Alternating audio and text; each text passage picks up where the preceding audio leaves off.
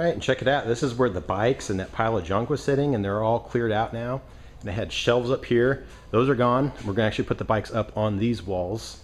And then over here, I had a bunch of buckets just piled up, and I had water trapped underneath. So now those are gone. We're letting it dry. And it just feels so good to have this space clear.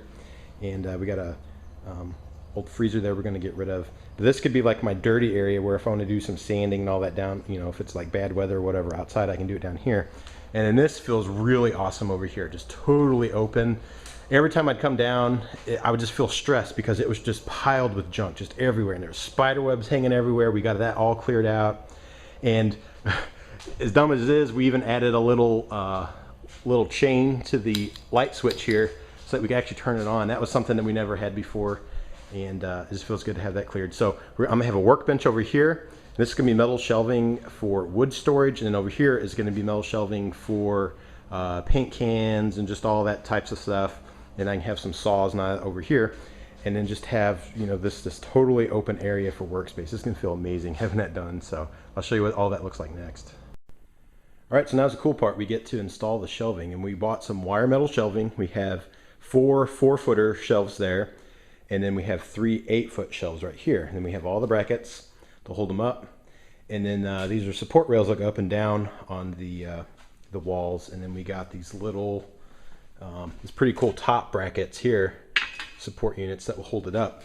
And then of course to mount it on concrete, we're using masonry bits and masonry screws here too. So let me show you real quick how the system works.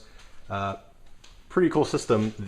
Like I showed you, these rods, they just hang with this little divot like that. You just put them up there and then they hang, and then what I'm going to do is screw right in the center and right on the bottom, and those would be really well supported. And then we just hang them evenly across the concrete, and then put the brackets on there, and you can adjust them wherever you want, and the shelves are hanging. So pretty cool little system. One thing I definitely recommend though is don't use a little crappy electric drill like this. Go ahead and get a hammer drill or an impact driver, because it really sucks drilling through concrete, even with a good masonry bit and the good screws. So anyway, we'll have the shelves up next, and I'll show you what that looks like. All right, and check it out. We got all the really horrible drilling done and everything mounted with concrete screws. And the really cool thing about these wire systems is that they're really secure but totally adjustable. So like right here where I'm going to load my wood, we just have 3 shelves that are 8-footers, but we could add a 4th if we need it. And then same thing over here, we actually added 4 shelves for more of the basement garagey type stuff. And really cool system. I can lay on there no problem. They hold a ton of weight. I think each shelf can do like 800 pounds, so these are really tough. And a lot more expensive than just doing, you know, wood and plywood, but it was a lot less work than having to measuring and cut and all that kind of stuff. So anyway, now we're gonna load them up. We're gonna have to clean all the junk and figure out how to organize it. And this basement's gonna be way more open than it ever was. All right, and here it is finally. This is the exciting part. We, of course, have a few things hung up here. It's not much different. We used to have a bunch of buckets here that were just loaded with sawdust and spider webs. Now it's all clean.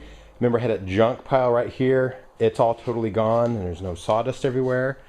And all the shelves with all the junk are gone. And now we just have a few things hanging off of the little metal pieces that protrude out of the concrete there. And we just have the bike sitting there for now. We figure we will probably eventually have them up maybe on the wall just so they're kind of off the floor. And then just a few things over here, get out of the way. But here's where it gets really impressive. Check this out. Look how open this side is. And we have everything in here. We even have extra stuff that we're eventually going to get rid of.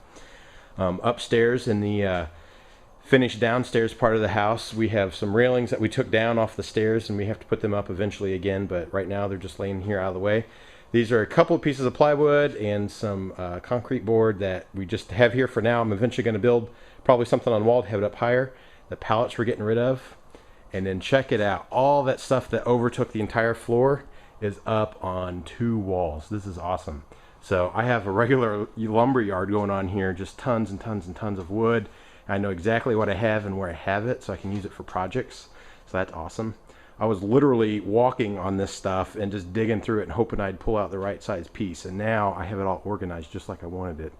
And then of course the, you know, basement garagey type stuff here. We got tons of leftover paint, empty buckets if we ever need them, and just all that kind of stuff. And then table saw and a little chop saw over there.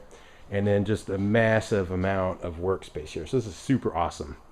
And didn't take much. Those shelves just really helped. It was just a lot of work. but pretty simple. So anyway, that's how I cleaned and organized a super messy and junky basement.